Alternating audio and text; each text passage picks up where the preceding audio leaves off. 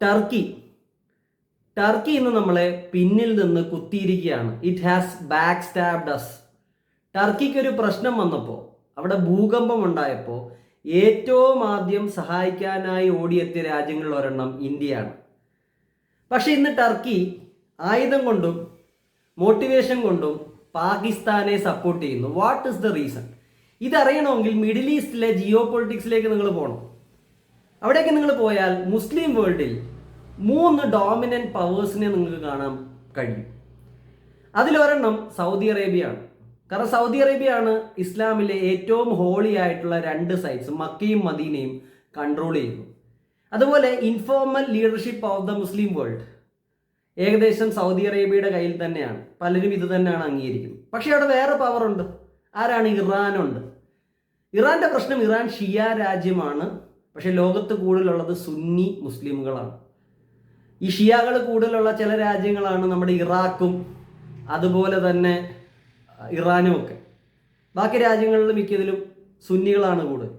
അപ്പോൾ അവർക്ക് അങ്ങനെ ഒരു ബേർഡൻ അല്ലെങ്കിൽ ഹേർഡിലുണ്ട്. ഇത് മറികടക്കാൻ ഇറാൻ നോക്കുന്നുണ്ട്. എക്സാമ്പിൾ നിങ്ങൾ നോക്കിയാൽ ഹമാസിനെ സപ്പോർട്ട് ചെയ്യുന്നത് ഇറാനാണ്. പക്ഷേ ഹമാസ് ഒരു സുന്നി ഓർഗനൈസേഷനാണ്. എന്നിട്ടും അതിനെ സപ്പോർട്ട് ചെയ്യുന്നത് ആരാണ്? It is your Iran. അപ്പോൾ ഇറാൻ പ്രൊജക്റ്റ് ചെയ്യാൻ നോക്കുകയാണ്.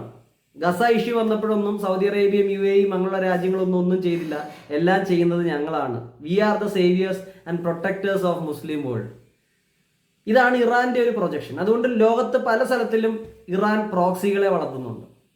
ഇനി ഇത് കഴിഞ്ഞ് 3ാമത്തെ പവറിലേക്ക് നമ്മൾ വന്നു കഴിഞ്ഞാൽ ഇവരാരുമല്ല, ടർക്കിയാണ്. ടർക്കിക്ക് എന്താണ് ഇതിനകത്ത് റോൾ? ടർക്കി അവരെ സ്വയം കാണുന്നത് ഒട്ടോമൻ സാമ്രാജ്യത്തിന്റെ പിന്തുടർച്ചക്കാരായിട്ടാണ്. നിങ്ങൾക്കറിയാം, മുസ്ലിം വേൾഡിൽ ഏറ്റവും കൂടുതൽ കോൺട്രിബ്യൂട്ട് ചെയ്തിരിക്കുന്ന ഒരു കാലിഫേറ്റ് ഓട്ടോമൻ കാലിഫേറ്റ് ആണ്. അപ്പോൾ ഓട്ടോമൻ കാലിഫേറ്റിന്റെ പിന്തുടർച്ചക്കാരായിട്ട് ടർക്കി സ്വയം കാണുന്നു. ആ ഗ്ലോറിയിലേക്ക് തിരിച്ചെത്താനാണ് ടർക്കി ആഗ്രഹിക്കുന്നത്.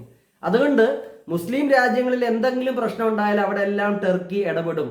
ടർക്കി പറയാൻ ആഗ്രഹിക്കുന്നത് എന്തായിരിക്കും?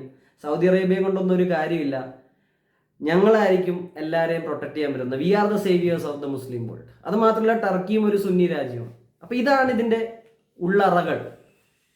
അപ്പോൾ പാകിസ്ഥാനെ ടർക്കി സപ്പോർട്ട് ചെയ്യുന്നത് എന്തിനാണ്? Turkey wants to show Muslim വേൾഡിൻ്റെ പ്രൊട്ടക്ടേഴ്സ് ഞങ്ങളാണ്, സൗദി അറേബ്യ പോലുള്ളവരല്ല. സോ ഇത് നിങ്ങൾക്ക് മനസ്സിലായെന്ന് പ്രതീക്ഷിക്കുന്നു. ഇനി അടുത്ത തവണ നമ്മൾ കാണുമ്പോൾ ഞാൻ പറഞ്ഞു തരും ടർക്കിയെ പ്രതിരോധിക്കാൻ ഇന്ത്യക്ക് എന്ത് ചെയ്യാൻ പറ്റും.